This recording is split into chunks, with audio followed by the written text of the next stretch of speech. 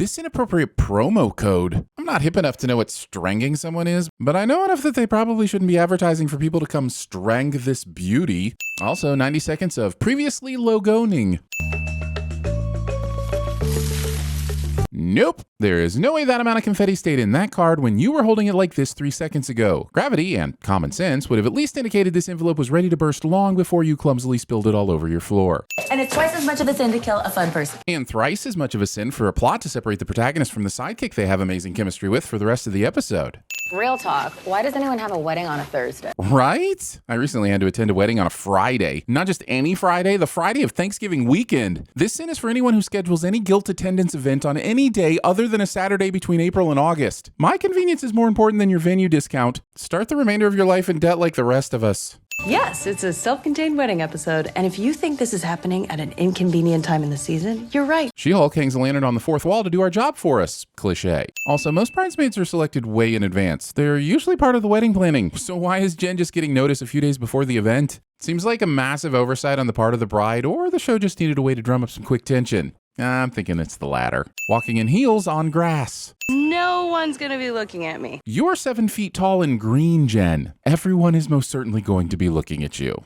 Yeah, obviously this is the one time I didn't want to show up as just Jen. Roll commercial. Wait, did they just change the title card to be the title of the episode instead of the show?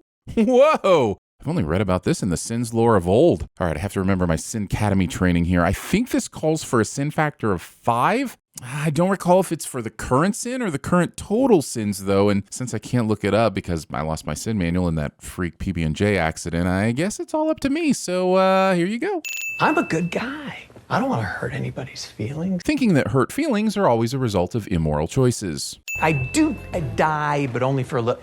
Kind of die, but I do die. This die conversation goes on for all the some time. Here's 2 sins for an unfunny gag I'm sure they won't be repeating. I get you're immortal and everything, but other than comedic reasons, why would you lead with your face while going through a window?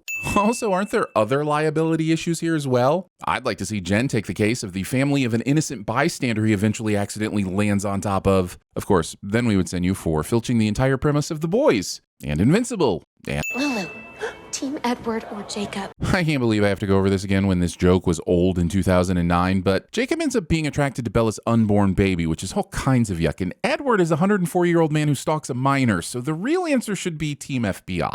You made it. You're so busy though. You have like 5,000 businesses. Wait, so you're worried everyone would be looking at She-Hulk, but you didn't consider that a superstar like Titania would also draw attention away from you on your big day? I'm sensing double standards, and that's worth double sins. No, she has weaseled her way into this wedding to mess with me. That is so obvious. Why does nobody else see that? Valid question. And honestly, the level of oblivious assholitude that Lulu displays in this scene actually makes me hate Jen for even being her friend. And I'm pretty sure that was not the intended outcome. See, my plan was to strike up a very normal conversation with a beautiful woman stuffing her face with candied nuts. And I'm very good at sticking to my plan. Yeah, I can tell. Seriously, it doesn't matter who she's in a scene with. Titania Maslany is absolutely magnetic on screen. Am I going to take a sin off for her every single episode? No, but it won't be for lack of trying. I'm going to ignore the paper-thin connecting of this B-plot to the season arch. You know what? I'm not. Send that nonsense. But what's most sinful here is that Nikki has written down New Orleans Jazz Festival, and you don't need that apostrophe after the S in New Orleans. Frankly, all of these spouses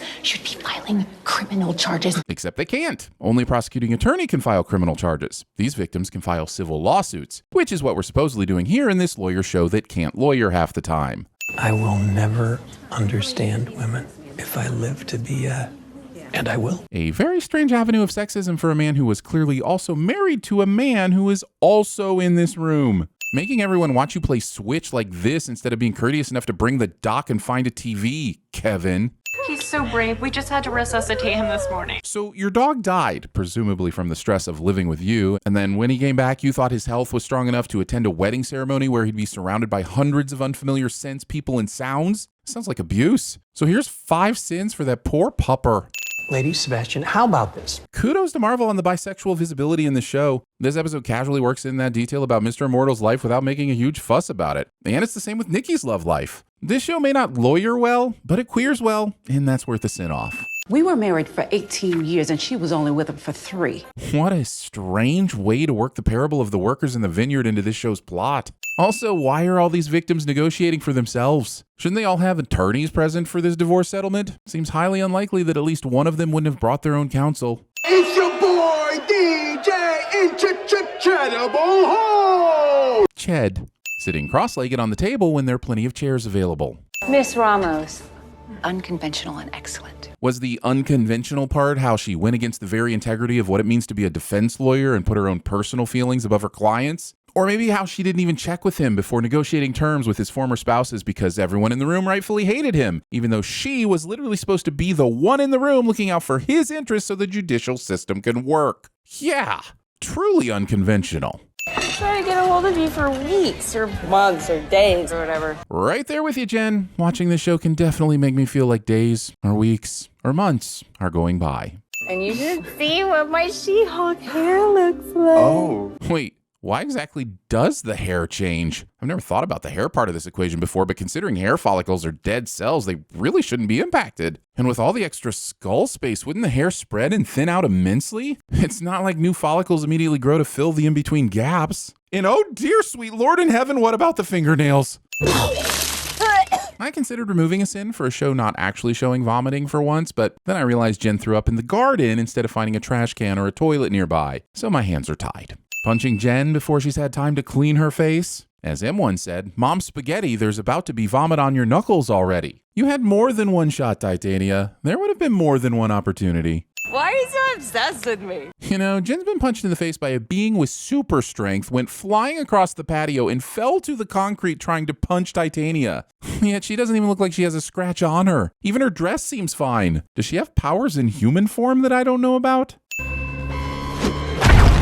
I get needing to take on this fight, but upon becoming giant and sober, why is destroying private property the first thing She-Hulk does? You aren't an out-of-control Hulk. You're a totally aware and considered Shulk. Stop it with the disregard to the damage to the things and people around you. So, was this Bridesmaid's dress fitted for She-Hulk instead of Jen? It looked baggy on Jen and is now perfect for She-Hulk, but why? It's clear that the bride never wanted She-Hulk to show up from the beginning, so how did the fitting even go down? Lulu's limit of a wedding just keeps on getting dumber and dumber.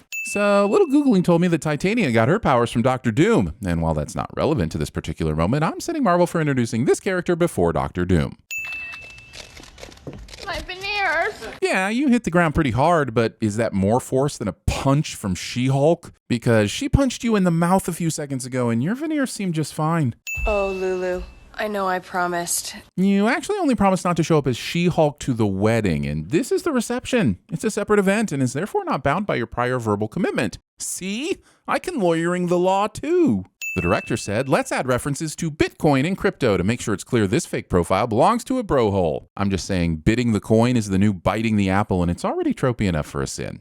Some of these are death threats. Jen is better off. Just let her live her life. I understand not wanting to feed the trolls, but warning Jen about threats on her life doesn't give them attention. It just lets her know people are plotting against her, and that definitely seems like the safer option. Oh no, not the giant pointy thing in the yellow triangle box. Is She-Hulk in danger?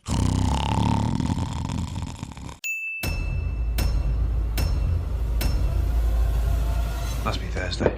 Could never get the hang of Thursdays. Look. Oh, what's in the box? Taking all the attention away from me with your... You know what the difference is between you and me? I make this look good. I'm a good guy. I don't want to hurt anybody's feelings, but you know. I was drunk and angry and stupid. And blogging. After any of the ends of switching identities. Jen, your groomsman is here. He's here. Jonathan is here. Jen, you're so lucky. Sonny, you will be sorely missed, you little bat-faced piece of shit.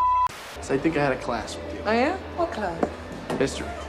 Maybe. Yes, I think that's what it was. You don't necessarily might not remember me. You know, I like it here. It doesn't mean because I go here I'm a genius.